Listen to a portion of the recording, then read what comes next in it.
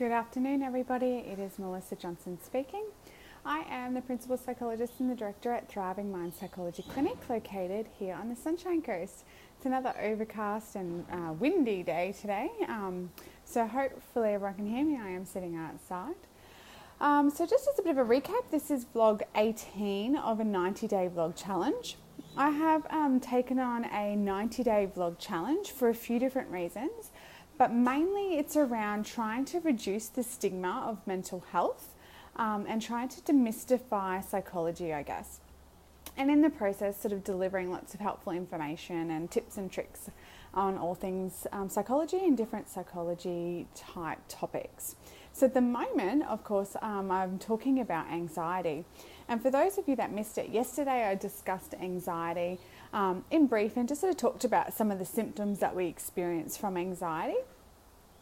So if you missed it, do make sure you do go back and watch vlog number 17 because today, as promised, I'm talking about fight and flight and how that interrelates, I guess, with anxiety. So let's get started. Fight and flight is essentially a survival mechanism. And it's something that is really ingrained in the human race and has evolved throughout the human race since way back in the caveman days. Okay? And fight or flight is really about keeping us alive. So if you can imagine, if we all went back in time to the caveman days and we were walking around hunting and gathering in the fields, and all of a sudden a massive saber-toothed tiger come pounding out behind a bush not too far away from where we were standing, automatically we would go into fight or flight mode, and our body would start automatically preparing itself to either fight the tiger or run away from the tiger, which is a really good thing, because if we sort of sat there to sort of think about it, then we'd probably get eaten and we would have never evolved as a human race.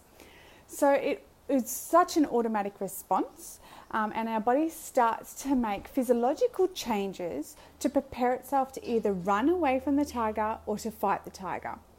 And some of those changes are things like increase in our heart rate. We might notice that we have a bit more of a shallow breath. And the reason why that's happening is because the body is starting to pump. It wants to oxygenate our blood and pump it to some of the really main muscles in our body, so our legs and our arms. So we can either fight or we can either run away. In the process of that happening, it normally directs a lot of blood from our extremities. So we might notice that we might have some pins and needles or some dizziness when we're feeling anxious. And that is really because there's a lot of blood flow changing happening in our body.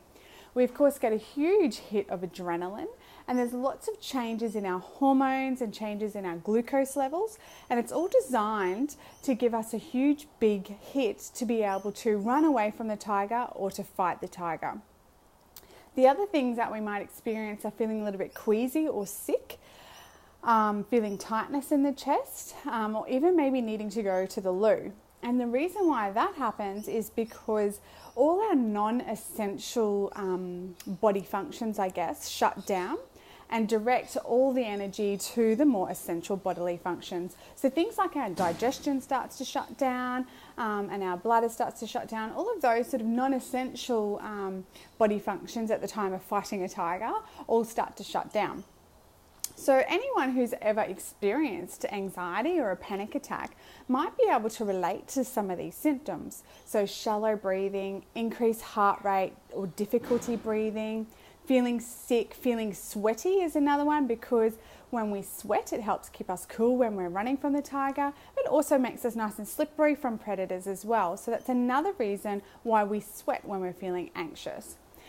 We might feel dizziness, we might feel pins and needles. All of those sort of physical symptoms are really due to the fact that that fight or flight system has kicked in, and they're really the purpose of them is to help keep us alive, to help fight the tiger or to run away from the tiger, which is great if there was actually a saber-toothed tiger running after us.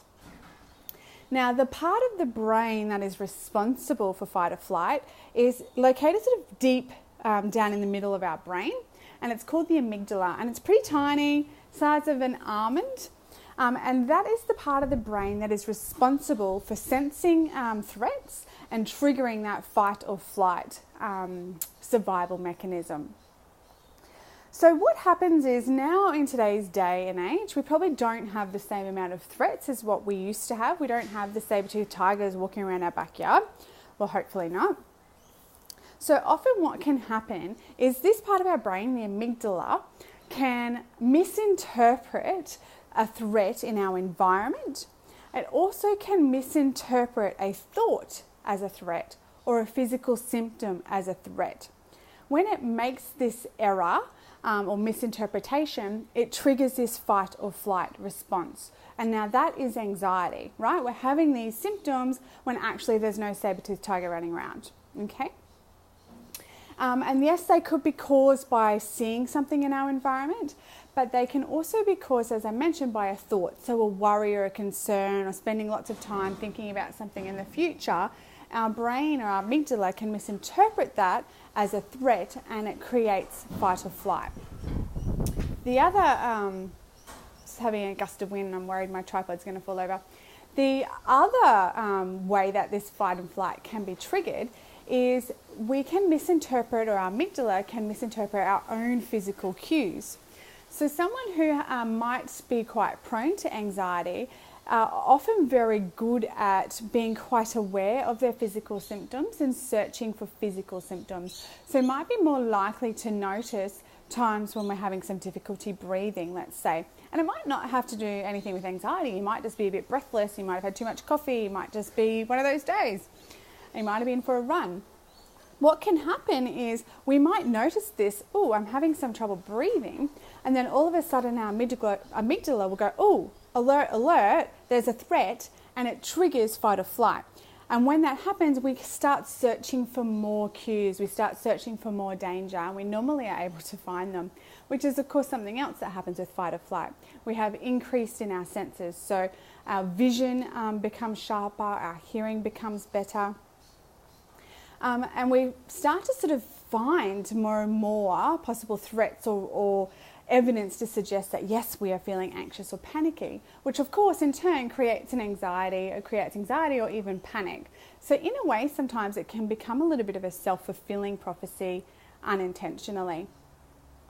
All right, so that is a little bit about fight or flight. It is a good thing. We need it. It keeps us alive.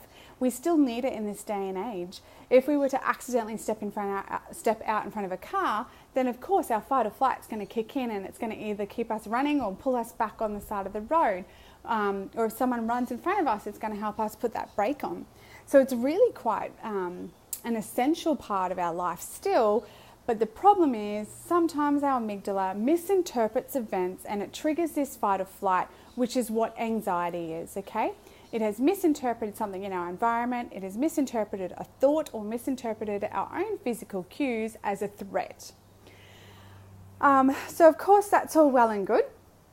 Now some people are more prone to have anxiety, some of us just have more anxiety type personalities. Or other reasons why we might experience this more times than others is that maybe we've just got a lot of life stresses going on. When we have multiple life stresses sort of piling up, we might also be more prone to sense threats and therefore experience anxiety. Of course, if you have some genetic vulnerability, so if you have family that close family relatives that have experienced anxiety, you may be more likely to experience anxiety. So there's a few different reasons why your amygdala might sense a threat more than others. But generally, they are all very, we can do something about it. We can do something about this flight or flight response. And essentially what that is learning how to breathe. If we learn how to breathe, it helps to re-regulate that breath that changes when we're in fight or flight. Okay, so rather than it being quite shallow, we can direct it deep into our diaphragm and we have an appropriate amount of oxygen and carbon dioxide in our body. When that happens, it will help start switching off some of the other physical symptoms that occur from fight and flight. As they de-escalate, our amygdala goes, oh, okay, we're not under threat anymore. I'm okay. And of course, once we're able to switch off that amygdala and say, thanks, but no thanks, we're able to then engage other more helpful parts of our brain, which are generally at the front here, the prefrontal cortex, which is responsible for things like problem solving, and rational decision making, and all of those sort of, and rational thought. So if we can switch off that amygdala and say, no, thank you, we're not under threat, we're okay, we're more able to use more rational parts of our brain. And the best way to do that is via breathing. Once we have de-escalated those systems, we can then engage our rational part of our mind and problem solve or deal with it, whatever it is that we need to deal with. So tomorrow, for vlog number 19, I am going to go through how to breathe properly. And it's what we call, there's a few different names for it, but I call it controlled breathing. I have done a video on this previously before the 90-day vlog challenge. So if you're interested, you can of course go back and have a look. But I am going to go through it again tomorrow as a part of this anxiety series. And then at the end of me explaining controlled breathing, I am going to do a guided breathing just for a few minutes to help get you into the process of how to use that breathing. So I'll talk a little bit more about that tomorrow. So I hope you found that helpful. I hope that that helps to make a little bit more sense as to what triggers anxiety, what is fight or flight, and why it happens. It's happening because that amygdala has misinterpreted something that's happening as a threat, and it's switching on that fight or flight reaction, which can be really quite yucky at times when we don't need it. Okay, so that is it for me today. Please, of course, if you have liked this, please do like or love. If you know someone who might find this interesting, please, of course, share it with them. If you have any questions, feel free to, you can either private message me, you can leave them in the comment section below, or you can email me, whichever you feel more comfortable with. I would love to hear from you, and I'm happy to answer any questions that you might have about anything mental health related, and of course about anxiety and fight and flight. I will see you tomorrow for vlog number 19, and we will talk about some controlled breathing. But until then, don't forget there's never been a better day than today to take the steps to having your thriving mind and your thriving life.